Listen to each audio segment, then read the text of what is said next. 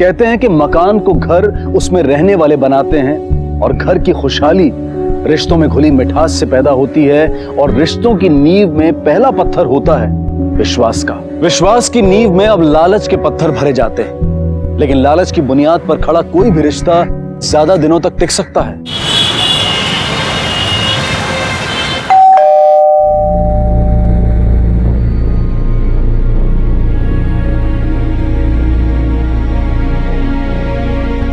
क्या हुआ तुम्हें?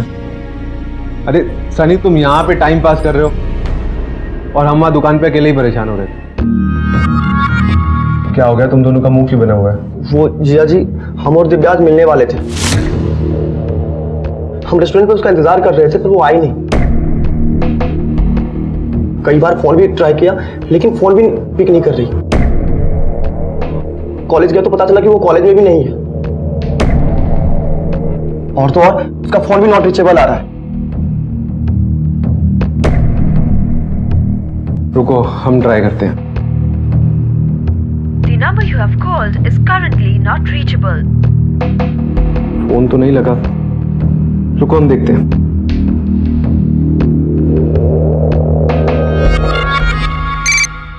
हाँ प्रशांत भैया। सोनू, दिव्या कॉलेज में गई थी क्या? हाँ भैया, कॉलेज ही गई थी।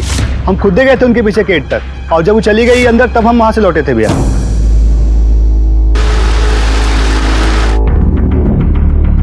सर, दिव्या नाम है हमारी बहन, 22 साल की है, कॉलेज जाती है। आज सुबह वो कॉलेज गई थी लेकिन अभी तक घर नहीं लौटी है। आप कौन हो? सर, हम दिव्या के मंगेतर हैं। जल्दी हमारी शादी होने वाली है। सर, आज हम रेस्टोरेंट में मिलने वाले भी थे लेकिन वो आई नहीं। हमने सर कई बार कॉल भी किया लेकिन उसने पिक नहीं किया। हो सकता है अपने सहेली या दोस्त के साथ कहीं गई हो। नहीं सर, ऐसा तो कभी भी नहीं होता। वो कॉलेज से सीधा घर ही वापस आती है, और अगर कहीं जाती भी है तो हमें या कम से कम सनी को जरूर बताना। क्या ये शादी दिव्या की मर्जी से हो रही थी? जी सर, बिल्कुल, दिव्या की मर्जी से ही शादी हो रही थी। सिंह, इनसे दिव्या का नंबर ले लो और दिव्या की लास्ट लोकेशन क्या है फाइंड आउट करो। सर, नंबर बताइए।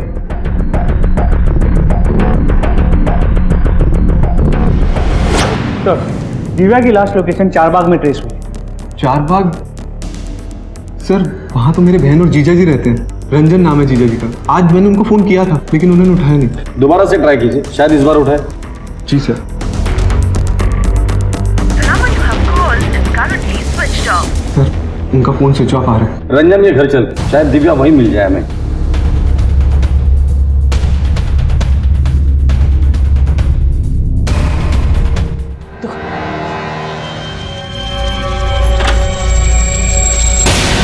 दीदी, दिव्या आई थी क्या यहाँ पे? दीदी बोलो ना, दिव्या आई थी क्या?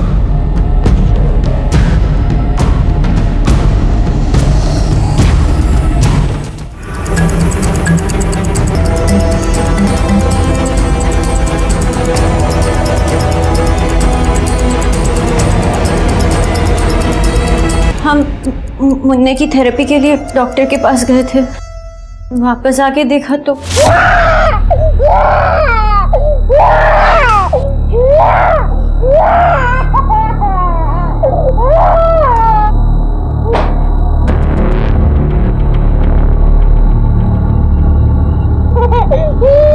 पानी लेकर आता हूं बेटा।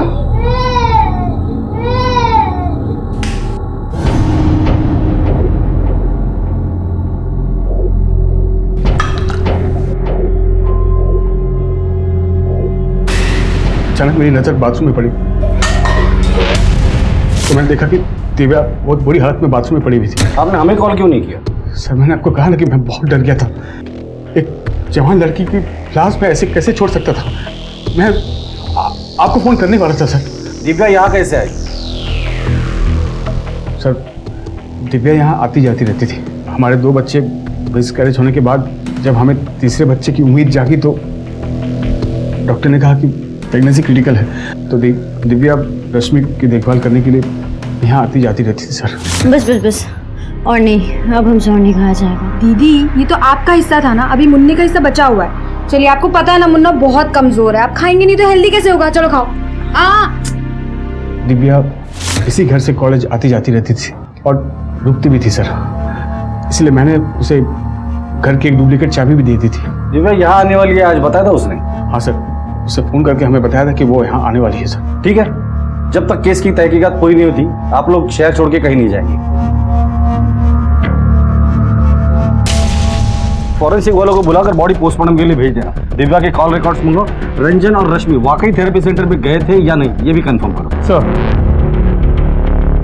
प्रशांत, दिव्या कैसे?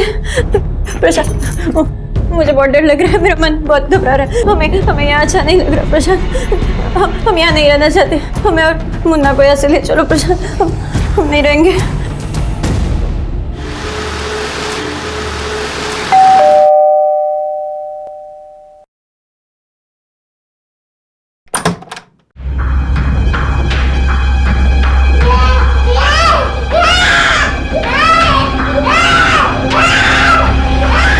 आपको हमारी रत्ती भर परवाह नहीं है तो ना सही, कम से कम अपने बच्चे के बारे में तो सोचा होता। वो तो अभी तक पैदा भी नहीं हुआ है और यहाँ इस हालत में हम अपनी तो जिम्मेदारी उठा नहीं पा रहे और आपने एक और जिम्मेदारी हमारे सर पे डाल दी। तुम कहना क्या चाहती हो? आपको पता है ना कि दीदी मुन्ना को लेकर कितना परेशान रहती है। इस वजह से दिन पर दिन उनका मानसिक संतुलन बिगड़ता जा रहा है। और माँ जी को तो ना परिवार की कोई चिंता है और ना ही दुनियादारी की। तो बचा कौन है इस घर में? हम क्या कर लेंगे अकेले? देखो साधना, हम जानते हैं कि तुम माँ बनने वाली हो, लेकिन तभी तो कह रहे हैं इस घर में रखा क्या है? पति पत्नी अपने घर जाके रहे ना। देखो साधना, हम समझ सकते हैं पर तुम भी समझने की कोशिश करो। रंजन जीजाजी बीच बीच में आते जाते रहेंगे और इस वक्त हम उनकी मदद नहीं करेंगे तो फिर कौन करेगा? और कुछ ही दिनों की तो बात है। आज अगर दिव्या हमारे साथ होती तो ऐसा कोई मसला ही नहीं होता। हमारा भाई भी दिव्या की मौत से बहुत परेशान है। तुम सो जाओ, इस वक्त तुम्हारे लिए इतना सोचना ठीक नहीं है। बच्चे पर असर पड़ता है, तुम आराम कर लो। अपने जीजा रंजन के घर में दिव्या की लाश का इस तरह और ऐसी अवस्था में मिलना कई सवाल खड़े कर रहा था। एक जवान लड़की का घर में आना और फिर मौत का शिकार हो जाना काफी संदेहास्पद था। पर क्या यह वाकई एक हादसा था या फिर कत्ल को हादसे की शक्ल देकर छुपाया जा रहा था? अब तक जो बातें सामने आई थी उनसे रंजन ही शक के घेरे में था। पुलिस इस इंतहाई संजीदा केस के तमाम पहलुओं की बड़ी बारीकी से जांच कर रही थी। सर, दिव्या के कॉल रिकॉर्ड से पता चला है कि उसके और रंजन के बीच कुछ ज्यादा ही बातें हुआ करती थी। इनफैक्ट उसका आखिरी कॉल भी रंजन को ही था। और उसका मंगेतर क्या नाम था उसका? सनी। दिव्या की सनी के साथ भी बात होती थी लेकिन रंजन के मुकाबले काफी कम। जीजा और साली का एंगल थोड़ा पेचीदा लगता है। सर, कहीं जीजा साली एंगल में कोई राज तो नहीं जिसकी वजह से दिव्या की जान गई हो? हमें आप लोगों से कुछ पूछना है। जी सर, बोलिए। आपके घर में कौन कौन रहता है? हम, हमारी वाइफ साधना और दिव्या भी हमारे साथ ही रहती थी। और वो? सॉरी सर, मैं भूल गया, हमारी माँ है। हमारी माँ भी हमारे साथ ही रहती हैं। और जीजा जी भी आते जाते रहते हैं। रंजन जी, आप अपनी साली के साथ फोन पे बहुत बातें किया करते थे, कोई खास वजह? अपनों से बात करने के लिए किसी वजह की जरूरत थोड़ी ना होती है सर। घर के बड़े हैं हम, बातें सभी से होती है हमारी। आप चाहे तो चेक कर सकते हैं। रश्मि, तुम्हारी बहन दिव्या तुम लोगों के साथ काफी वक्त बिताती थी, लगभग रोज मिलते थे। इसके बावजूद आपके पति और आपके बहन के बीच काफी बातें होती थी फोन पर। आपको कोई आपत्ति नहीं इस बात पर? सर, जब हमारी शादी हुई थी तब दिव्या सिर्फ 14 साल की थी। रंजन उसे अपनी बेटी की तरह मानते हैं, तो अगर वो उससे फोन करते भी थे तो हमें क्या आपत्ति हो सकती है? साधना जी, आपको इस बारे में कुछ कहना है? सर, हम क्या कहें? दिव्या की शादी हमारे भाई सनी से होने वाली थी। हम तो दोनों परिवारों के लिए परेशान हैं।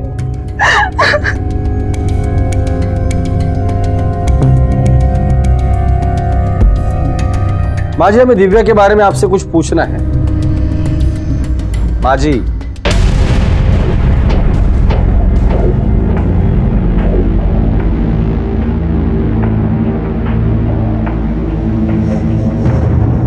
फैमिली बड़ी अजीब सी है। माँ को अपनी बेटी के मरने का गम नहीं, पर भाभी इतनी इमोशनल है जैसे ननद नहीं बहन मरी। और ये रंजन, या तो ये बहुत ही मासूम है या तो बहुत ही चालाक। इस फैमिली की पूरी हिस्ट्री निकाल, खासकर इस रंजन की। ये जितना ऊपर है उतना ही नीचे है।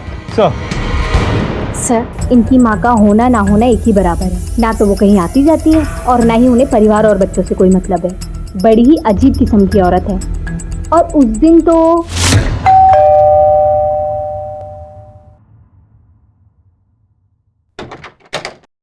भाभी आप? हाँ दिव्या, प्रसाद लेके आए थे, पूजा थी ना घर में। ये लो, आप आइए, हम बर्तन लेकर आते हैं। हाँ। अब प्रणाम मौसी जी, अब माता रानी का प्रसाद लाए थे, लीजिए। मौसी जी, मम्मी वो प्रसाद। और उस दिन तो इतना कुछ हुआ भी नहीं था कि जमुना मौसी ने अपनी सगी बेटी को थप्पड़ खींच दिया।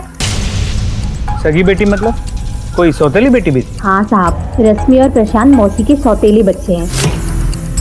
उन तीनों को देखकर कभी लगता ही नहीं था कि रश्मि सौतेली बेटी है। सर कुछ दिन पहले दिव्या की सगाई हुई थी, सगाई भी बहुत जल्दबाजी में किए थे, और सर सगाई के बाद शादी भी बहुत जल्दी होने वाली थी।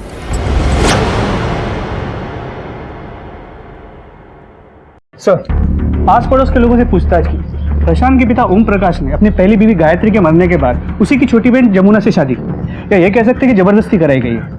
इसलिए जमुना इस शादी से नाखुश थी, इसलिए उसने अपना सारा समय पूजा पाठ में लगा दिया। ना किसी से मिलती है, ना किसी से बात करती है, कुछ नहीं। इनफैक्ट कोई उससे बात करे तो भी उसे गुस्सा आ जाता है। मुझे नहीं लगता जमुना का इस सब से कोई कनेक्शन होगा। जी सर। इसके अलावा पता चला कि शादी के पहले रश्मि ने इस पूरे घर को बड़े अच्छे से संभाला हुआ था, लेकिन शादी के बाद 2 मिसकैरेजेस और इस बच्चे की बीमारी के बाद वो मेंटली डिस्टर्ब हो गई। सिंह, पता करो ये प्रॉपर्टी, दुकान, मकान किसके नाम पर है। अक्सर सगे और सौतेलों के बीच प्रॉपर्टी के लेकर झगड़ा होता है। और ये रंजन का क्या सीन है? ओम प्रकाश के मरने के बाद रंजन ने अपने घर के साथ साथ इस घर की भी जिम्मेदारी संभाली। दामाद होने के बावजूद वो बेटे का फर्ज भी निभा रहा और एक परफेक्ट हस्बैंड भी था। बीवी के प्रेगनेंसी के टाइम उसने अपने साइट को हजरतगंज से 4 बाग शिफ्ट कर लिया ताकि वो अपनी बीवी को ज्यादा से ज्यादा समय दे सके। और दिव्या? तो दिव्या की शादी उसकी भाभी के छोटे भाई सनी के साथ तय हुई। एक चट मंगनी पट ब्याह वाला रिश्ता लगता है। सिंह, अक्सर चट मंगनी और पट ब्याह वाले मामले किसी चीज को छुपाने के लिए किए जाते हैं। सर, दिव्या की पोस्टमार्टम रिपोर्ट, इसके मुताबिक 20 तारीख की दोपहर 4 और 4:30 के बीच दिव्या की मौत हुई, सर पे चोट लगने की वजह से। बॉडी पर कोई सेक्सुअल असॉल्ट या मारपीट के निशान? नहीं सर, बॉडी पे कोई हाथापाई या सेक्सुअल असॉल्ट के कोई निशान नहीं। सर, क्या ये हो सकता है कि दिव्या का पाँव बाथरूम में फिसला हो और उसका सर किसी हार्ड ऑब्जेक्ट से टकरा, बेहोश हो गई और एक्सेसिव ब्लीडिंग की वजह से मर गई? सिंह, मौका वारदात पे जो हमें एविडेंसेस मिले थे उसके बुनियाद पर देखा जाए तो ये हो सकता है। सवाल ये है कि कोई 20-21 साल की लड़की नहाते वक्त दरवाजा खुला रखेगी, और अगर ऐसा नहीं हुआ है तो वो क्या वजह थी जिसके लिए दिव्या को नहाते वक्त दरवाजा खोलना पड़ा था? सर, कोई ऐसा तो नहीं कि किसी ने दिव्या को धक्का देके मारने की कोशिश की और इस मर्डर को एक्सीडेंट की शक्ल देके फरार हो गए? सर, जब हम वहां पहुंचे तो रंजन बॉडी को कवर कर रहा। हो सकता है। रश्मि ने हमें बताया कि जब ये हादसा हुआ था तब वो और रंजन बच्चे को लेकर डॉक्टर के पास गए थे। इस बात को वेरीफाई करो। जब ये हादसा हुआ था तब ये सारे लोग कहाँ थे और इनकी मोबाइल लोकेशन क्या थी वो भी पता करो। सर, अपना प्लान तो फेल हो गया, क्या होगा?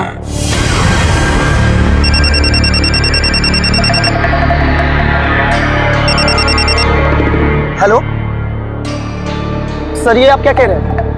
सर आपने तो कहा था कि 1 महीने बाद।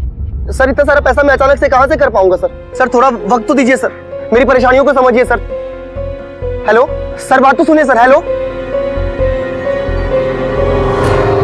जी हाँ, रंजन जी और रश्मि जी आए थे अपने बच्चे को लेकर कल, और लगभग 3 घंटे तक वो यहीं थे। पूरे परिवार की हादसे के वक्त की मोबाइल लोकेशन चेक की, किसी की भी लोकेशन उस एरिया की नहीं। रश्मि और रंजन की मोबाइल लोकेशन उस एरिया की थी जहां वो बच्चे को थेरेपी के लिए ले गए।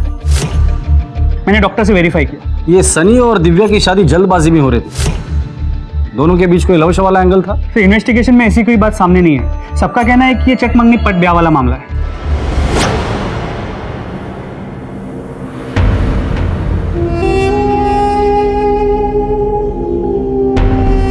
मेरी लाडली बहन दिव्या, ये सब कैसे हो गया तुम्हारे साथ? क्या क्या सपने सजाए थे तुम्हारे लिए?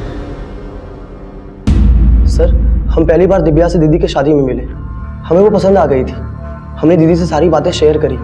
दीदी ने दिव्या से बात भी किया, लेकिन उसने मना कर दिया। हम बिल्कुल भी निराश नहीं हुए सर, लेकिन हमें मालूम था कि वो शहर में पली बड़ी है और हमारे साथ शादी करके वो गाँव नहीं जाएगी।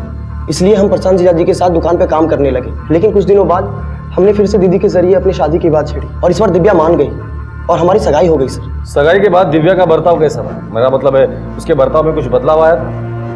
नहीं सर, ऐसा कुछ नहीं था। हम बाहर मिलने लगे थे, लेकिन हमें धमकी भरे कॉल आने लगे थे सर। धमकी भरे कॉल? किससे? वो तो हमें पता नहीं, लेकिन हाँ, बार बार हमें फोन करके धमकाने लगा। बोलता था कि दिव्या से दूर रहे, शादी मत कर उससे, वो सिर्फ हमारी है। और तो और सर, एक बार हमारा एक्सीडेंट भी हुआ था बाइक से।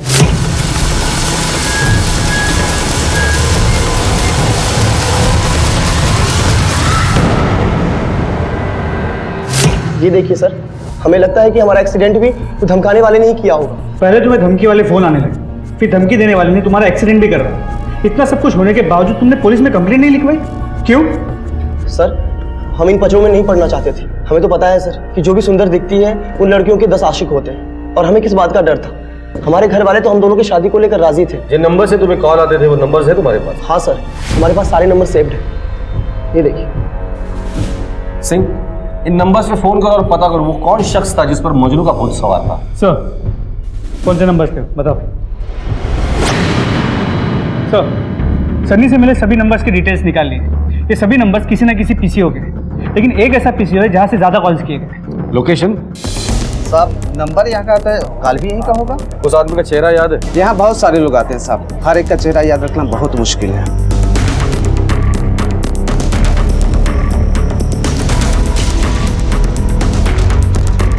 आपकी दुकान के बाहर जो सीसीटीवी है 10 तारीख का 4:17 का मुझे फुटेज चाहिए। ठीक है सर, मिल जाएगा। फॉरवर्ड करो थोड़ा। हाँ बस। इस आदमी को जानते हो? हाँ साहब, इसे पहचानता हूँ, ये अक्सर यहाँ आता रहता है। ये सब जनता कॉलेज में पढ़ता है। जनता कॉलेज? जी साहब। सर, इसी कॉलेज में तो दिव्या भी पढ़ती थी।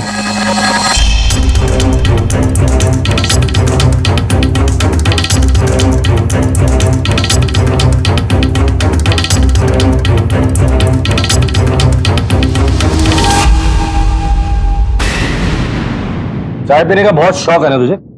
पुलिस स्टेशन की चाय पी के देख ले, स्ट्रांग वाली। सर, हम दिव्या से बहुत प्यार करते थे, उसके लिए हम कुछ भी कर सकते थे। 1-2 बार बोलने की हिम्मत भी की, लेकिन हम उससे बात नहीं कर पाए।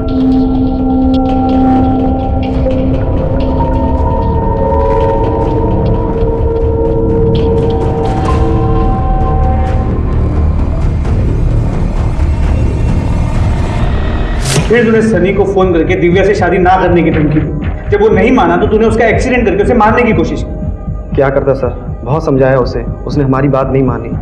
सर, हम दिव्या को किसी और के साथ नहीं देख सकते।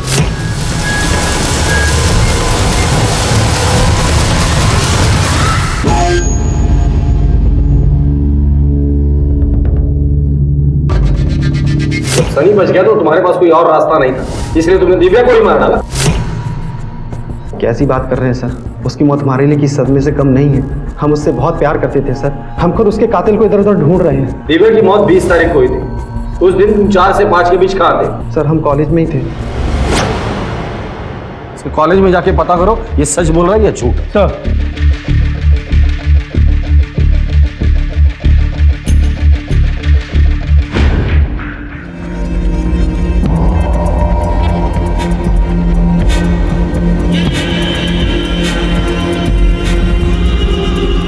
मुन्ना?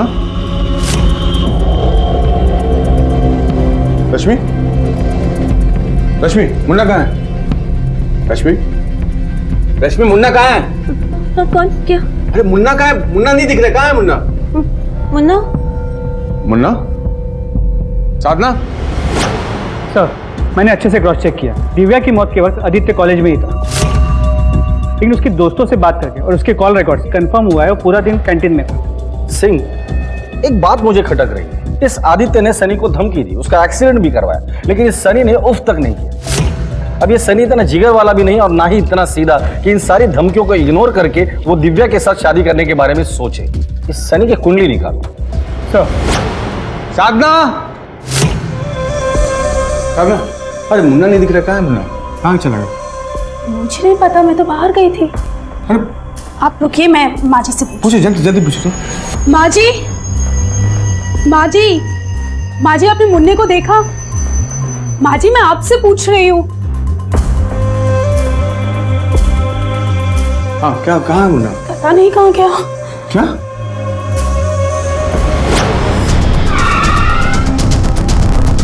आस पड़ोस की दुकान में पूछताछ करो। सर, यहाँ कब से काम कर रहे हो तुम? बहुत साल हो गया सर, दुकान गोमती नगर में थी तब से हैं हम। और ये सनी भी यही काम करता है? जी सर, पहले वो गांव में रहते थे, लेकिन अब कुछ दिनों से यही काम करते हैं। ठीक है सर, इस सनी के बारे में आस पड़ोस के दुकान में पूछताछ तो कुछ नई और सरप्राइजिंग बातें सामने आई। जैसे? सर हम ये तो जानते हैं कि दिव्या सौतेली थी और इन भाई बहनों के बीच में प्यार बहुत, लेकिन हम ये नहीं जानते कि बाप की पूरी जायदाद दिव्या के नाम पे थी और इसीलिए साधना और सनी दिव्या को अपनी घर की बहू बनाना चाहते थे। इसका मतलब सनी दिव्या को मार ही नहीं सकता। आखिर सोने के अंडे देने वाली मुर्गी को मारने की गलती कोई क्यों करेगा? बिल्कुल सर, और ऊपर से सनी ने मार्केट से करीब 70 लाख रुपए उठाए थे नए बिजनेस के लिए और अब वो लेनदारों के कॉल से परेशान थे। लेकिन ये सनी तो प्रशांत के साथ दुकान में काम करता है ना? सर करता तो है, लेकिन वो कम में मानने वाला आदमी नहीं, इसीलिए उसे पैसे वाली बीवी चाहिए थी जिसके भरोसे उसने मार्केट से इतना लोन उठाया था। भाई साहब आपने मेरे बच्चा को देखा क्या? छोटा सा वो मुन्ना।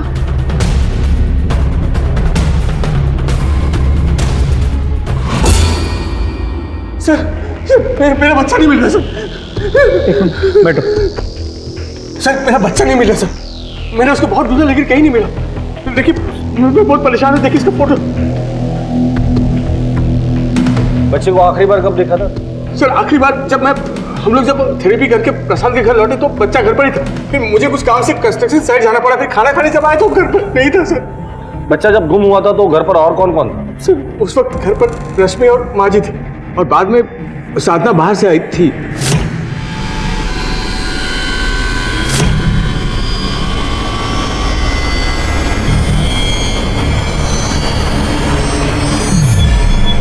बस यही दिन देखना बाकी रह गया था। बच्चे का ख्याल भी रखो और ऊपर से ताने भी सुनो कि बच्चा मैंने खो दिया। साधना जी यहाँ वहाँ की बातें करने के लिए वक्त नहीं हमारे पास। सीधा सा सवाल पूछा है, सीधा सा जवाब दीजिए। सर हमने सुबह बच्चे को खुद दूध पिलाया था, उसके बाद हमने उसे नहीं देखा। बच्चा गायब हुआ तब आप कहाँ? सर हम पेट से हैं, चाट खाने का मन हुआ, प्रशांत को कॉल किया तो उनका फोन नहीं लगा, इसलिए सोचा कि खुद जाके नुक्कड़ की दुकान से चाट खा लेते हैं। अगर आप लोगों को हम पर जरा भी शक है तो आप जाके खुद पूछ लीजिए उस दुकान वाले से।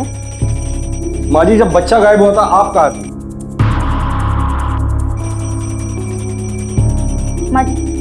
माँ जी मुंह बनाने से नाती नहीं आ जाएगा। आपकी बेटी का खून हुआ है और नाती गायब है। चलिए बोलिए। कोई जिए या मरे हमें कोई फर्क नहीं पड़ता और हमें कुछ नहीं पता कि मुन्ना कहाँ गया, उसे कौन ले गया। रंजन जी हो सकता है कि आपके बच्चे को किसी ने पैसों के लिए किडनैप किया हो। अगर फिरौती के लिए कॉल आता है तो आप सबसे पहले हमें इन्फॉर्म करेंगे। वैसे हम लोग भी आपके बच्चे को ढूंढने की पूरी कोशिश करेंगे।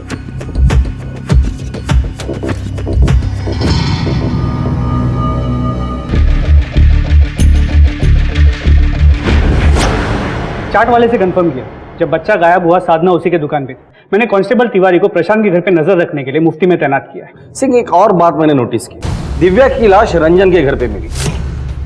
अब रंजन का बच्चा गायब है। इन दोनों केसेस को क्लोजली ऑब्जर्व करो तो ऐसा लगता है कि शायद कोई तो है जो रंजन से बदला लेना चाहता है और उसने पहले से ही ये सब कुछ प्लान किया हुआ है। आखिर इनमें से ऐसा कौन हो सकता है जिसको रंजन का बच्चा उठवाने से फायदा मिले? साधना, प्रशांत, जमुना, सनी, रश्मि या खुद रंजन? सर अगर ये किडनैपिंग रैंसम के लिए हुई तो सबसे पहला शक सनी पे जाता है, क्योंकि पैसों की सबसे ज्यादा जरूरत इसी को है और दिव्या की मौत से सबसे बड़ा नुकसान इसी का हुआ। हो सकता है अपने 70 लाख का कर्ज चुकाने के लिए इसने ही किडनैपिंग की। रंजन को अभी तक रैंसम के लिए कॉल नहीं आया। एक काम करो, इस सनी पे 24 घंटे नजर रखना, एक कांस्टेबल उसके पीछे लगा दो। ये कहाँ जाता है, किससे मिलता है, क्या बात करता है, क्या खाता है, क्या पीता है, सारी इंफॉर्मेशन मुझे चाहिए। सर एक ही परिवार में पहले एक जवान लड़की दिव्या की मौत हुई, वो भी अपनी ही बहन के घर में, और फिर उसी बहन रश्मि का बच्चा भी गायब हो गया। एक ही घर में हो रहे ये हादसे क्या संकेत दे रहे थे? सर कल रात से हमारे पति का कुछ पता नहीं चल रहा। सर वो रात को घर पर भी नहीं आए। क्या? समझ नहीं आ रहा क्या करें। अब बैठिए। आखिरी बार आपके पति की कब बात हुई आपसे? सर कल सुबह घर से नाश्ता करके दुकान के लिए निकले थे, रात को वापस घर नहीं आए। मैंने बहुत इंतजार किया सर, उनका फोन क्यों नहीं लग रहा। सोचा कि एक बार सोनू को दुकान पे फोन करके पूछ लेती हूँ, पर सोनू ने बोला कि सोनू इतनी रात हो गई है, तुम्हारे भैया घर नहीं आए। भैया तो आज आए नहीं थे। ठीक है आप जाइए, हम ढूंढने की कोशिश करें। सही हमारे पति का फोटो। प्रशांत की कॉल रिकॉर्ड निकालो और आखिरी लोकेशन क्या थी ये पता करो, और ये फोटो सारे पुलिस स्टेशन में सर्कुलेट करो। सर प्रशांत की मोबाइल लोकेशन हिस्ट्री चेक की, उसका फोन आखिरी बार उसके घर के पास ही एक्टिव था। सर मेरे बेटे का कुछ पता चला सर? पहले आपकी साली दिव्या की मौत हुई, फिर आपका बेटा गायब हुआ, और अब आपका साला प्रशांत गायब। उसके बारे में आपने कुछ भी नहीं पूछा हमें। सर मैं अपने बेटे को ढूंढने में लगा हुआ हूँ। हाँ, मुझे पता चला कि प्रशांत भी गायब है, और सर प्रशांत को ढूंढना तो आप लोगों का काम है। रंजन साहब, हमारा काम क्या है हमें अच्छी तरह पता है। अब जाइए, हम ढूंढ लेंगे उसे। जाइए।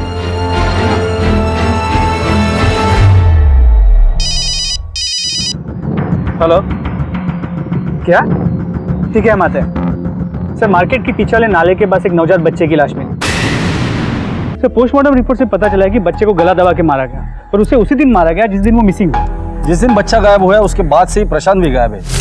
ये ऐसा तो नहीं कि बच्चे को मारने के बाद ये छूमंतर हो गया। सर आप लोगों के जो मन में आता है आप लोग कह देते हैं। सर आपको तो पता है कि हमारे पति खुद दीदी और मुन्ना को हमारे घर लेकर आए थे, तो भला वो ऐसा कैसे कर सकते? एक बार तो हमें दीदी की बहुत चिंता होती है, वो कब तक ऐसे मुन्ने की वजह से अपनी जिंदगी खराब करती रहेंगी। और वैसे भी पता है, अगर किसी बच्चे को जन्म से पहले ही सांस लेने में प्रॉब्लम होना, वो कभी भी ठीक नहीं होती है। और हम क्या कह रहे थे, हमारी मौसी जी कह रही थी एक इंजेक्शन होता है जो डॉक्टर मरीजों को लगाता है और उससे उनको मौत दे दी जाती है। क्या कहते हैं उसको, मर्सी किलिंग। हाँ, अगर आगे से ऐसी बात जुबान से निकाली तो जुबान काट के हाथ में दे देंगे। और कौन सी मौसी है वो तुम्हारी? हाँ, हम भी पूछते हैं उनसे कि बच्चों के साथ, अपने बच्चों के साथ कोई ऐसा करता है क्या? सर हमारे पति ऐसा कर ही नहीं सकते थे। वो तो मुन्ना को इतना चाहते थे, इतना प्यार करते थे, वो कैसे मारेंगे उसे? पुलिस के सामने अब दो नए केस थे, दिव्या की मौत और अब मुन्ना की मौत। कौन था इस सब के पीछे? कौन था जो किसी खास मकसद से इस घर को अपना निशाना बना रहा था? इतना तो साफ था कि एक ही घर में एक के बाद एक होते हादसे किसी बड़े तूफान का संकेत दे रहे थे।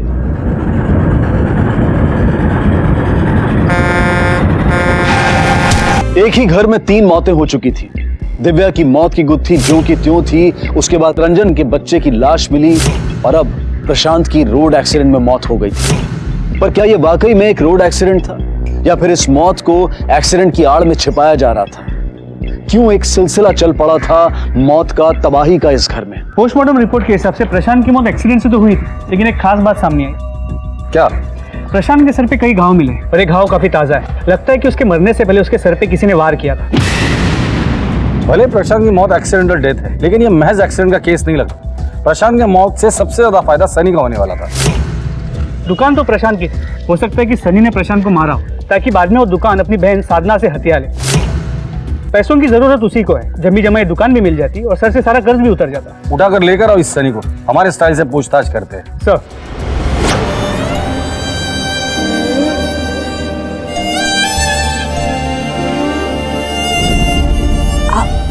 पापा बनने वाले। ओह माय गॉड, मैं पापा बनने वाला हूँ और तुम मम्मा। अरे यार, तुमने मुझे कितनी बड़ी गुड न्यूज दी है। मैं पापा बनने वाला हूँ। ये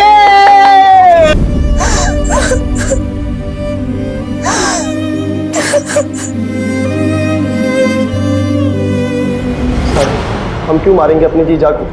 हम तो अपने बहन से बहुत प्यार करते हैं, और मारना तो बहुत दूर की बात है सर। हम कभी ऐसा सोच भी नहीं सकते। प्रशांत जीजा जी के लापता होने के बाद पूरा टाइम हम शॉप पे ही रहते हैं। फिर भी आपको भरोसा नहीं तो आप सीसीटीवी फुटेज चेक कर सकते हैं, या फिर सोनू से पूछ सकते हैं सर। दुकान पे कितने घंटे रहते हो? करीब 14 घंटे। 14 घंटे। तो सनी साहब, ये सीसीटीवी फुटेज और सोनू, ये 14 घंटों का हिसाब दे सकते हैं। अब बचे 10 घंटे। 10 घंटे किसी को मारने की प्लानिंग करने के लिए काफी होते हैं। सर, बाकी के समय के लिए आप हमारे दोस्तों से पूछ सकते हैं। कुछ दिनों से हम पैसों को लेकर बहुत परेशान रहते हैं सर। इस बार सनी की बात सही नहीं। सिंह, एक ही परिवार के 3 लोगों की मौत होती है। कुछ ना कुछ तो है जो हमसे छूट रहा है। एक काम करो, प्रशांत का एक्सीडेंट जिस रोड पर हुआ था वहां जितने भी सीसीटीवीज हैं, चाहे वो घर के हो, दुकान के हो, रास्ते के, सबकी फुटेज मुझे चाहिए। सर, रही बात रंजन के बेटे की, तो रंजन और रश्मि अपने बच्चे को लेकर थेरेपी सेंटर गए थे। एक बार इस थेरेपी सेंटर चलकर पता करते हैं कि वाकई में रश्मि और रंजन वहां आए थे। जी सर, मुझे अच्छे से याद है। उस दिन रश्मि अकेले आई थी बच्चे को लेकर, और ऐसा पहली बार हुआ कि रंजन जी साथ नहीं थे, नहीं तो वो हमेशा साथ आते थे। क्या आप बता सकती है कि रश्मि अपने बच्चों को लेकर कितने बजे यहाँ से गई थी? 1 मिनट सर, मैं चेक कर लेती हूँ। Around 1:30 PM। इसके बाद ही मेरी एक और अपॉइंटमेंट भी थी। Thank you. सर हमेशा तो बच्चे के साथ ही आती थी, उस दिन बच्चे के साथ नहीं थी और मैंने पूछा तो अरे रश्मि तेरा मुन्ना कहाँ है? कोई जवाब नहीं दिया साहब और चली गई। प्रशांत के केस ने एक दर्दनाक खुलासा किया है। सर आपको पता चला सर किसने मेरे बच्चे के साथ ऐसा किया सर? रंजन जी, इस सवाल का जवाब तो आपकी बीवी रश्मि भी आपको दे सकती है। रश्मि जी बताइए रंजन जी को कि आपके बेटे की मौत कैसे हुई और किसने मारा उसे।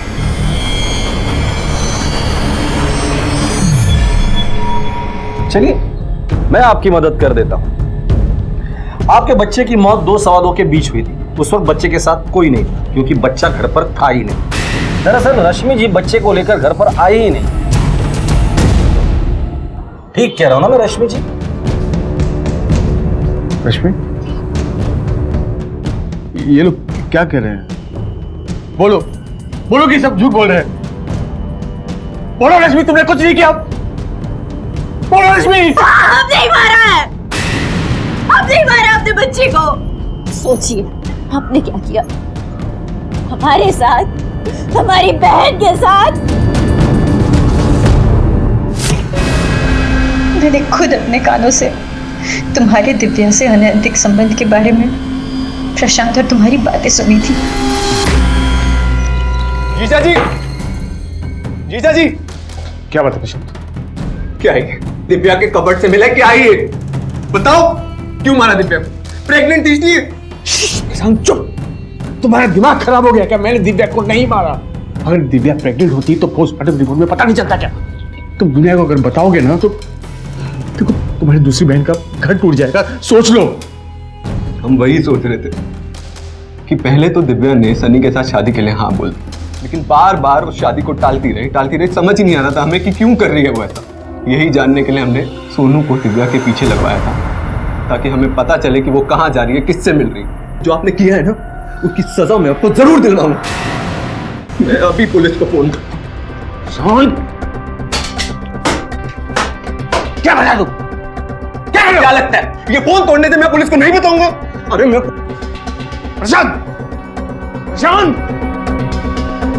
प्रशांत, हम अपने बच्चे के बारे में इतने पागल हो गए कि आपने हमारे ही सामने, हमारे घर में, हमारी बहन के साथ, इसलिए हमने मान डाला। अपने ही हाथों से अपने बच्चे को मार डाला। मार डाला।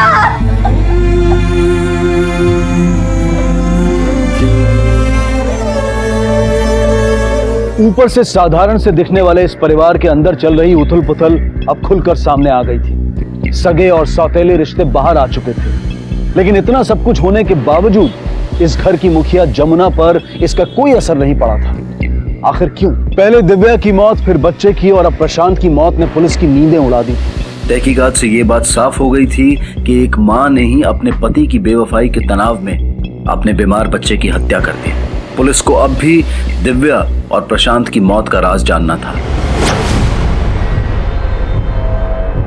हाँ, मैं मानता हूं मेरा अफेयर था दिव्या के साथ। दिव्या के साथ रहने के लिए, उसके पास रहने के लिए मैंने अपनी साइट हजरतगंज से चारबाग शिफ्ट कर ली थी, क्योंकि उसका कॉलेज वहां से पास पड़ता था।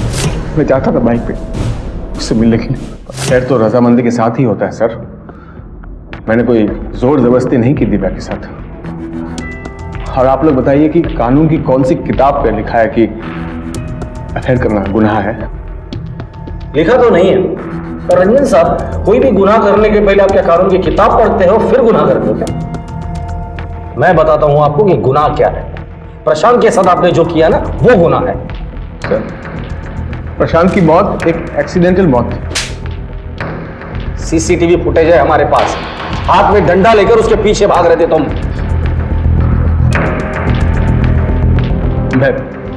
मैं बताता हूं सर क्या हुआ था। प्रशांत रुक जा। क्या रुकूं मैं? तुमने दिव्या को मारा है। जो नजदीकियां दिव्या के साथ दिखा रहा था ना, वही नजदीकियां अपने घर वालों के साथ दिखाई होती ना, तो आज ये दिन देखना नहीं पड़ता। सर चौंकाने वाली बात यह है कि इन्वेस्टिगेशन के दौरान प्रशांत और सोनू ने हमें दिव्या और रंजन के अफेयर के बारे में नहीं बताया और ना ही सोनू का दिव्या का पीछा करने वाली बात बताई। अगर ये सोनू दिव्या का पीछा कर रहा था तो सोनू की मोबाइल लोकेशन निकाल। प्रशांत तो अपनी बहन की इज्जत बचाने के लिए चुप बैठा होगा, ये सोनू किसकी इज्जत बचा रहा है? पता करो कि जिस दिन दिव्या की मौत हुई थी इस सोनू के मोबाइल की लोकेशन क्या थी। सर हम सच करें साहब, हमको कुछ नहीं पता है। तेरे मोबाइल में दिव्या के बहुत सारे वीडियोस मिले हैं, जहां दिव्या की मौत हुई थी तेरे मोबाइल की लोकेशन भी वही दिखा रही थी, और ये सबूत काफी है तुझे दिव्या मर्डर केस में अरेस्ट करने के लिए। देख, जितनी तेरी उम्र नहीं है ना, उतने केसेस सॉल्व किए मैंने। वो सब उस दिन तो